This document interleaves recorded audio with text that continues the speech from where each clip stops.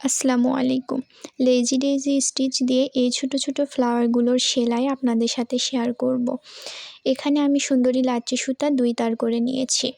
এই ফ্লাওয়ারগুলো 5টা 6টা 7টা আপনার পছন্দসই পাপড়ির মাধ্যমে আপনারা একটা ফুল তৈরি করে নিতে পারবেন। আমি এখানে ফার্স্টে 7টা পাপড়ির একটা ফ্লাওয়ার করে দেখিয়ে দিচ্ছি।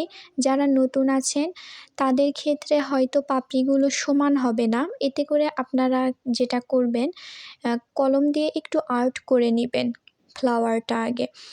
লম্বা লম্বা কিছু দাগ দিয়ে নিবেন যেখানে যেখানে এভাবে পাপড়ি উঠাবেন, তাহলে আপনাদের পাপড়িগুলো সমান হবে। বা আপনাদের জন্য আমি ভিডিও শেষে আরও একটা টিপস শেয়ার করব। তো ফার্স্টে আমি এটা বলে দিই, এখানে কিন্তু প্রতিটা পাপড়ি আমি একটা করে চেইন স্টিচ উঠিয়েছি প্রতিটা পাপড়িতে। একটু লক্ষ্য করলেই দেখতে পারবেন, আমরা যেভাবে চেইন সেলাই করি ওইভাবে একটা চেইন সেলাই করে দেন নিচের দিকে সেলাইটাকে নিয়ে গেছি। এতে করে একটা পাপড়ি ক্রিয়েট হয়ে গেছে আর 7টা পাপড়ির ফ্লাওয়ারও তৈরি হয়ে গেছে।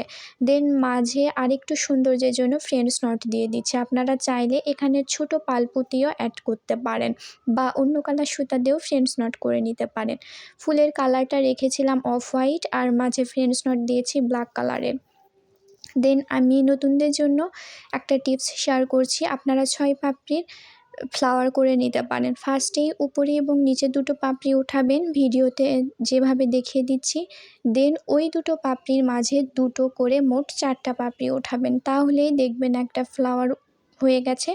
এবং এতে করে যেটা হবে, ফ্লাওয়ারের পাপড়িগুলো সমান থাকবে।